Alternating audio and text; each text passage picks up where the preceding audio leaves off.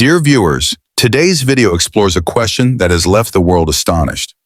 Why would a revolutionary leader like Ibrahim Traoré announce the release of millions of pandas into the scorching deserts of Africa?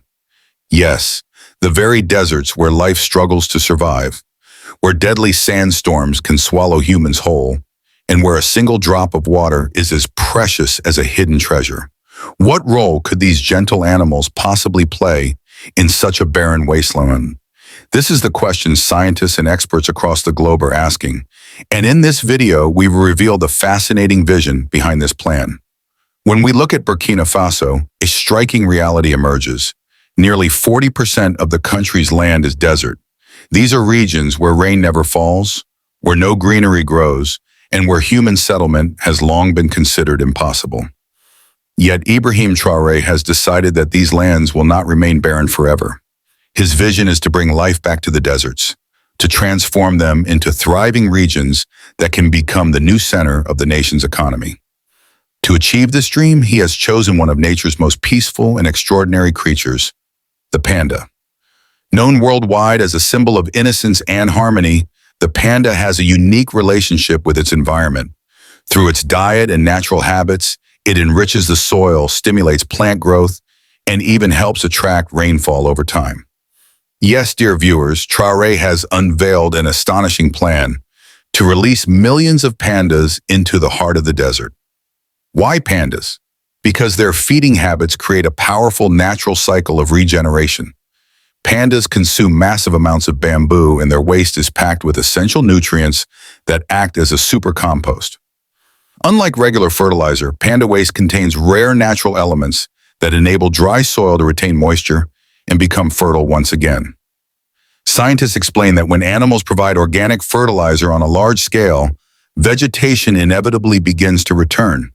As plants and grass grow, they attract rainfall, which accelerates the cycle of life.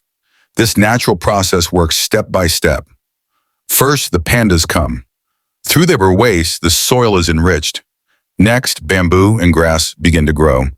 Over time, trees and shrubs appear, and finally, the long-lost rains begin to fall. This cycle transforms a lifeless desert into a green paradise. Imagine lands that for centuries were nothing but endless sand dunes, slowly becoming lush, fertile fields. But Traoré's vision doesn't end at simply greening the desert. His dream is far greater. He is building towards something much bigger, a future where these deserts become not just green, but central to the survival, prosperity, and independence of his nation. Traoré's vision is not that the people of Burkina Faso remain forever dependent on rain, waiting helplessly for nature's mercy. Instead, he dreams of a future where his people use their own resources to bring life to the land. Today, most farmers in Burkina Faso depend almost entirely on seasonal rains. But once this project is complete, those very farmers will grow crops in the desert itself, crops that could feed not only the nation, but the entire region. This project is not only about agriculture, it is about laying the foundation for new settlements.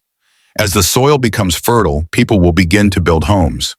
Markets will flourish, roads and schools will rise, and areas that are today lifeless and abandoned will tomorrow transform into vibrant, thriving towns.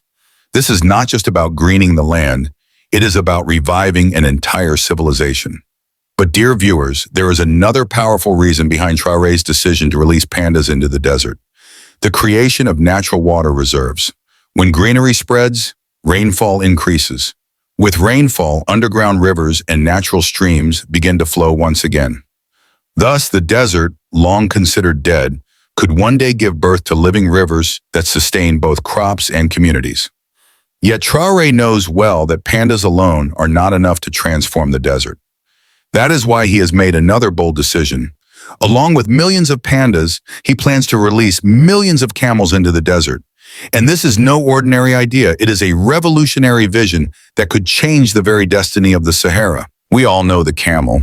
It is called the ship of the desert, a creature that survives for days without water, that withstands raging sandstorms, and that faithfully carries humans from one corner of the desert to another. But for Ibrahim Traoré, camels are not just for transport or milk. He envisions them as the backbone of a new ecological and economic revolution. Where pandas will fertilize the soil and spark vegetation, camels will provide the tools of human survival. His ultimate goal is to ensure that desert regions do not remain limited to agriculture alone, but that they become home to complete, sustainable communities. And how will this happen? Through the camel itself. Scientists say that camel's milk is one of the most nutritious in the world, a natural treasure for desert communities. Even in times when rains do not fall, camels provide milk, transport, and resilience. They can carry goods across vast distances, giving birth to new systems of trade and commerce, linking one settlement to another. But there is another fascinating aspect. As camels roam freely across the desert in large numbers, they help disperse seeds from one area to another. These seeds, carried in their hooves and waist, take root in different places, accelerating the spread of greenery.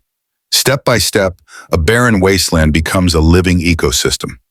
This is Ibrahim Traoré's true vision. Deserts not just for farming, but for full human life. Communities with food, water, homes, schools, and trade, all built on the back of a natural system where pandas enrich the soil and camels sustain the people. As camels move across the desert after feeding, the seeds they have eaten are quietly returned to the earth through their waste. These seeds fall onto the soil and, little by little, give birth to new plants. Thus begins a silent yet natural process of reforestation. Over time, these seeds grow into grasses, shrubs, and even forests. In this way, camels will not only serve humans, but also join pandas in their mission to make the land green again. But Traoré's vision is not limited to ecology alone. He is also thinking about the economic future of Burkina Faso. Today, the demand for camel milk and meat is rising across the world. In Europe and the Middle East, camel milk is even considered a form of medicine. If millions of camels thrive in Burkina Faso's deserts, they will give birth to an entirely new industry. People will be able to sell camel milk and earn millions of dollars. From camel hides, new products will be manufactured, creating jobs, trade, and wealth. A true economic revolution unlike anything seen before. Imagine this. On one side, the burning sands of the desert, scorched by winds and thirst. On the other side, Ibrahim Traoré, determined to breathe life into this dead land. Where today there are only dunes, tomorrow there will be forests. Where today silence reigns, tomorrow caravans of camels will march. Where pandas gently enrich the soil with their innocence, camels will provide strength and resources for human survival. Together they will create a vision of life so extraordinary that it feels like a dream humanity has never dared to dream. This project is not just about trees or water. It is a complete desert package: animals, agriculture, settlements, trade, and every resource that sustains life. Traoré's mission is to make sure that the desert of Burkina Faso is no longer seen as a place of hardship, but as a new doorway to life for every living being. It is more than an environmental plan. It is a seed of hope for future generations. Viewers, you have seen how Ibrahim Traoré is preparing to breathe new life into the dead heart of the desert. Millions of pandas and camels together are about to spark a revolution unlike anything humanity has ever imagined. And so we are left with a question. If one leader can turn an ocean of sand into fertile land, why can't we transform our own soil, our own future? This project is not only for Burkina Faso, it is a lesson for all of humanity. It proves that when determination and sincerity are combined, even the impossible becomes possible. So friends, now it is your turn. If you believe that Ibrahim Traoré's dream can truly change the world, share this message far and wide so that it reaches every corner. Tell us in the comments, what do you think is the greatest weapon to transform the desert? Pandas, camels, or the courage of human beings?